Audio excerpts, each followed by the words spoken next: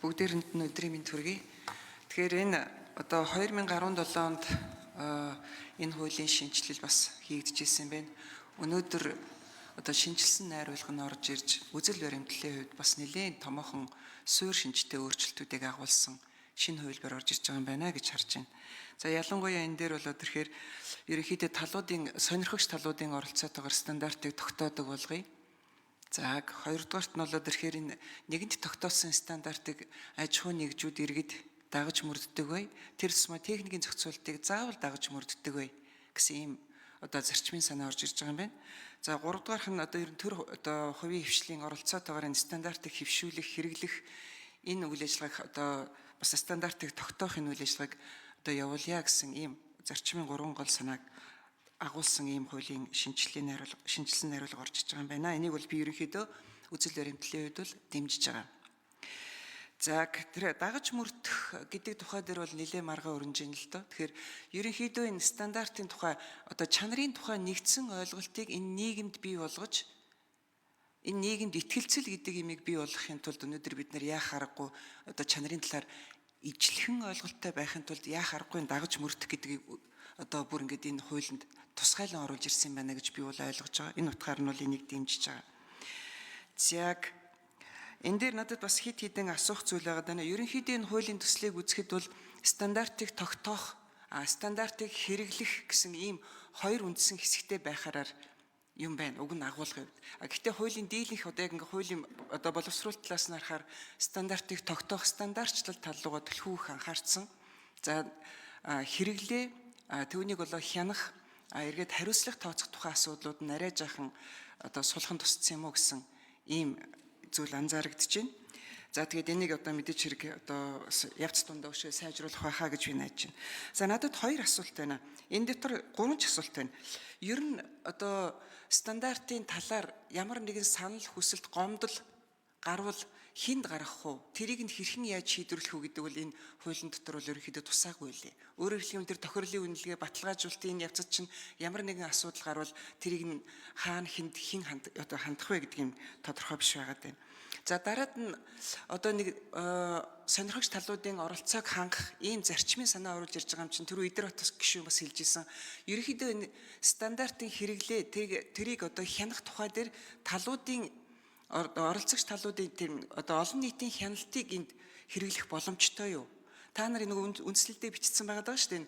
Одоо хүн хүчний хувьд хүрэлцэхгүй байгаа учраас бид нар одоо ингээд стандартыг мөрдүүлэхэд үнэхээр төвөгтэй байна гэдэг байгаа. Тэгэхээр чин иргэд олон нийтийн оролцоог одоо оролцоонд түшиглэж энэ хяналтыг хэрэгжүүлэх энэ санааг энэ хуулиндаа тэр үндсэн зарчимтайгаа нийцүүлээд оруулж ирэх боломжтой юу гэж асуумаар байна. Хоёрдугаарх нь энэ дээр хариуцлагын тухай асуудал ердөөсөө нэг илээд өнгөрцөн байгаа даа. Тэгэхээр стандарт техникийн зохицуулалт хоёр ч нь бол тэрхээ нэг нь бол яг дагаж мөрдөн, нөгөөх нь заавал дагаж мөрдөн гэж байгаа. Мэдээж хэрэг хүлээлгэх хариуцлага, санкцууд нь бол одоо бас харилцан адилгүй байх ёстой байх. Тэгэхээр энийг хэр ялгамжтайгаар энд тусгах вэ гэдгийг асуумаар байна.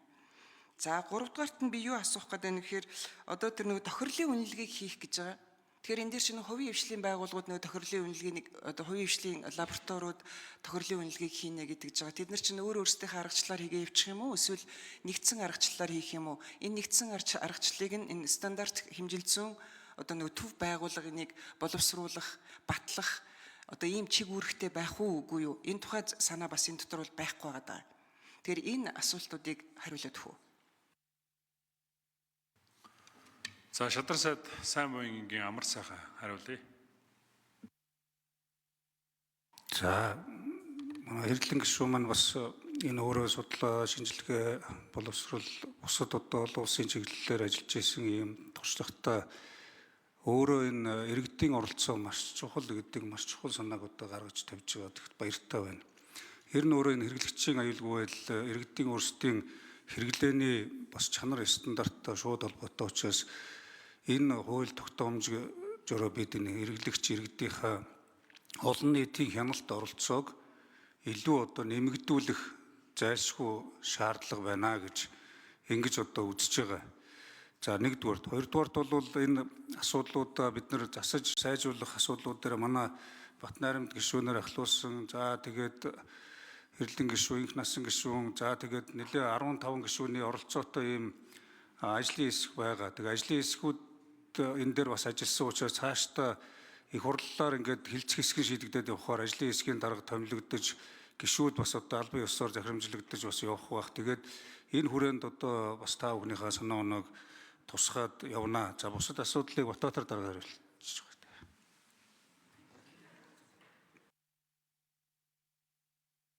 байгаа. За эндрийн 4 номер Батбаатар.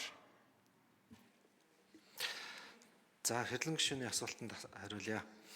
За стандартын талаар бол санал гомдол бол одоо болтол гардаг. Одоо бол энийг бол ямар асуудлаар шийддэг вэ гэхээр, ямар дүрмээр шийддэг вэ гэхээр Монгол улсын үндэсний стандартчил буюу MNS 1-1 гэдэг бидний одоо барьж байгаа одоо дүрм олон улсын стандартын байгууллагаас барьж байгаа нөгөө гайдыг барьж бид нар энэ асуудал ханддаг. Энэ ямар яаж шийддэг вэ гэхээр техникийн хороогоороо энэ асуудыг хэлэлцүүлдэг.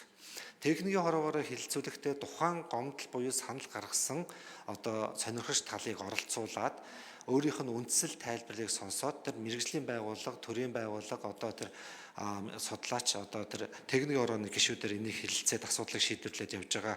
Энэ асуудал бол одоо нөгөө MNS 1-1-ээр одоо зохицуулагдаад явж байгаа учраас хуулийн дээр тусгагддаг байгаа гэдгийг танд хэлье. За тохирлын үнэлгээний байгууллагыг бол манай ISO 17-67 гэсэн одоо баталгааж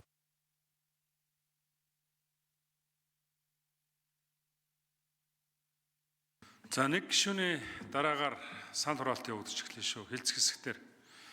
За Гончигдорж